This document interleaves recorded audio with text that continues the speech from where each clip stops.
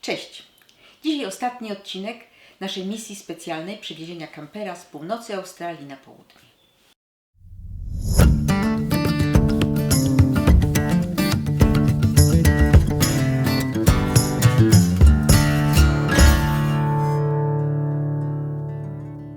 No więc kochani, załapaliśmy się jako kierowcy do wynajęcia. Firmy wynajmujące kampery w Australii, w Nowej Zelandii, zresztą chyba na całym świecie, bardzo często chcą, żeby przerzucić im sprzęt z powrotem do bazy po wynajmach one way. Czyli jak ludzie wynajmują z jednego miejsca i zostawiają kampera gdzieś w innym miejscu, to trzeba tego kampera z powrotem im przewieźć. W ten sposób można mieć kampera niemalże za darmo. Tyle tylko, że trzeba go przewieźć w wyznaczonym terminie. W naszym przypadku na przewiezienie z Cairns do Hobart dawali nam 8 dni. To jest mniej więcej po 700-800 km dziennie by trzeba było robić, żeby się w tym czasie zmieścić. Ale można z nimi wynegocjować i powiedzieć, że no dobrze, mi to zajmie 20 dni i wtedy za te 8 dni liczą po $1 dziennie, a za te pozostałe 12 dni pełną stawkę. No czyli w takim przypadku można mieć kampera za niewiele więcej niż za połowę stawki normalnej. Także to jest niezły deal, no ale ciągle sporo jazdy. No ale jeździć lubimy, więc wszyscy są szczęśliwi. Pomykając dalej na południe, zdecydowaliśmy, że należy omijać z obrzydzeniem Sydney i wielkie aglomeracje. Inka, przeglądając przewodniki, wynalazła coś ciekawego, mianowicie Jenolan Caves, czyli jaskinie Jenolan, które podobno miały być bardzo ciekawe. No, w jednych jaskiniach już byliśmy, no ale było bardzo gorąco, więc zdecydowaliśmy, że podjedziemy do Jenolan Caves. Dróżka wąska, stroma, serpentyniasta. Po drodze napisy, żeby się z większym sprzętem, a szczególnie z przycepami tu nie pchać. No, przyczepy nie mamy, więc próbujemy. No proszę, są jaskinie i to jakie? Można do nich kamperem nawet wjechać. Tego jeszcze nie było. Jakoś przecisnęliśmy się przez ten tunel, a po drugiej stronie bardzo fajny stary hotel.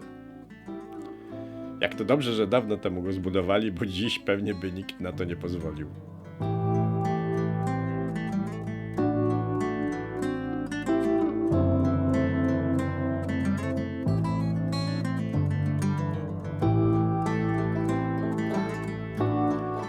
No dobra, zobaczymy jak te jaskinie wyglądają.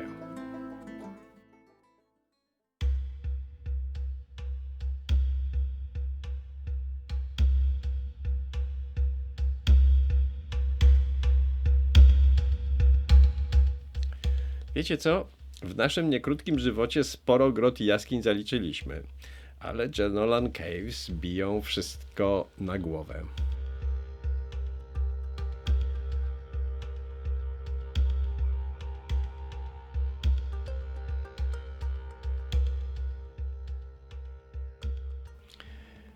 Na następny nocleg nieopodal Canberry wypatrzyliśmy na mapie wielkie sztuczne jezioro na rzeczce o wdzięcznej nazwie Murrumbidgee. I znowu brak obycia z Australią.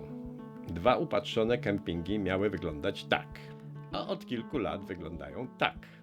Jak podjechaliśmy na recepcję, to nie bardzo wiedzieli, czy żartujemy, czy sobie jaja robimy. No ale jako jedyni na opustoszałym od lat kempingu jakoś przenocowaliśmy.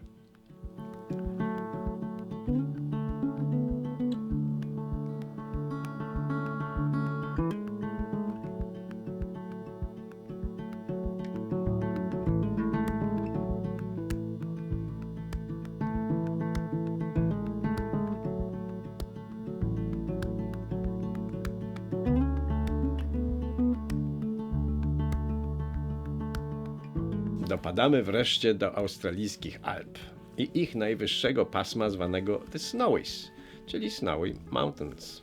Nie zaliczyliśmy jeszcze nigdy najwyższej góry żadnego kontynentu, a więc pora wreszcie to zrobić, szczególnie, że to przecież Mount Kościuszko. To znaczy, będąc w Australii, nigdy nie próbujcie się pytać o Mount Kościuszko, bo nikt tego nie zrozumie. To jest góra zwana Mount Kosciuszko, choć niektórzy Australijczycy, wiedzący, że polskie nazwiska kończą się na ski, nazywają ją Mount Kosciuszki. No niestety tak już jest i możemy sobie wykrzykiwać naszą właściwą wymowę. Mount Kosciuszko się już przyjął i tak zostanie. Na wjeździe do Snowies leży Jindabyne.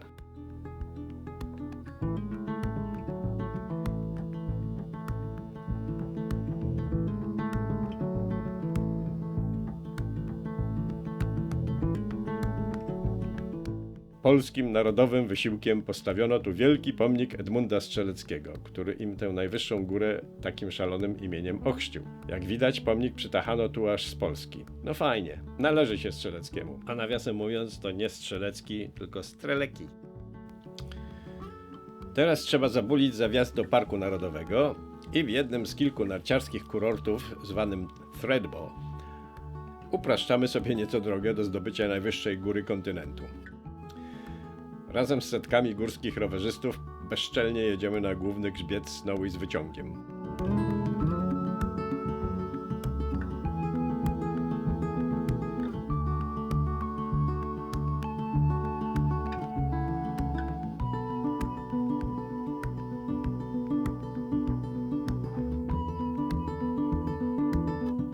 Z górnej stacji wyciągu to i tak jeszcze ładnych parę kilometrów marszu po żelaznej ścieżce, żeby nie deptać przyrody.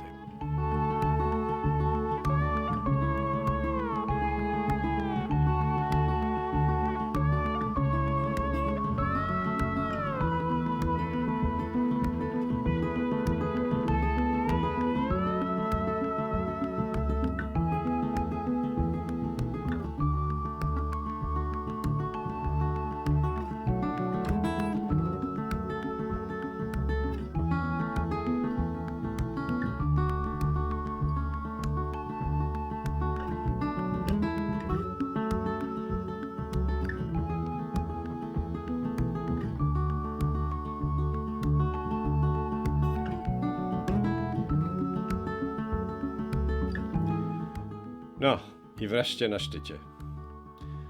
Mount Kozioski zdobyty. Całe 2228 metrów nad poziomem morza.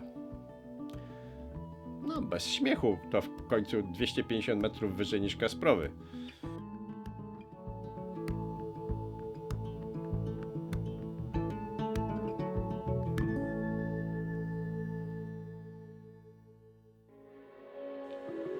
No a na deser została nam jeszcze piękna Tasmania. Niestety z braku czasu będziemy mogli odwiedzić tylko wschodnie wybrzeże.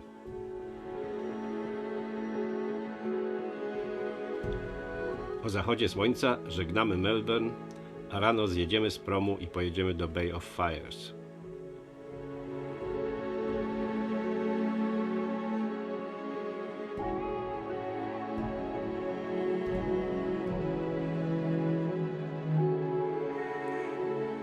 Szkoda gadać.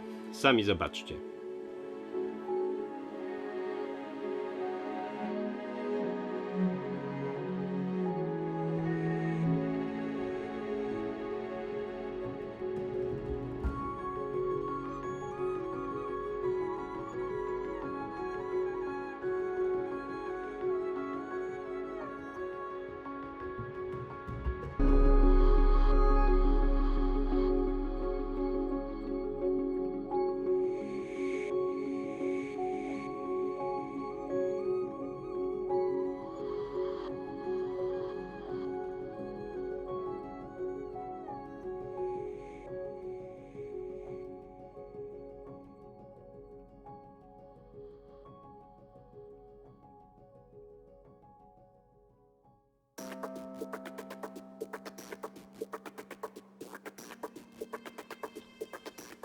Kolejna atrakcja to Park Narodowy Freycinet.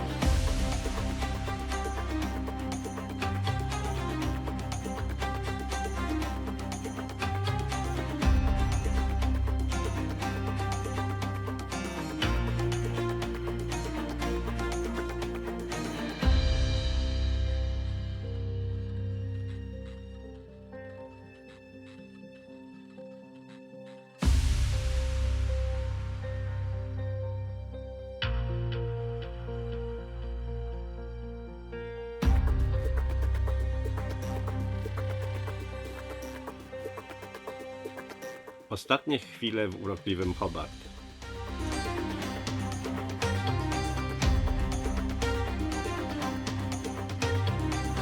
Polecamy Pijanego Admirała. Przepyszne owoce morza na pożegnanie i niestety lecimy do domu.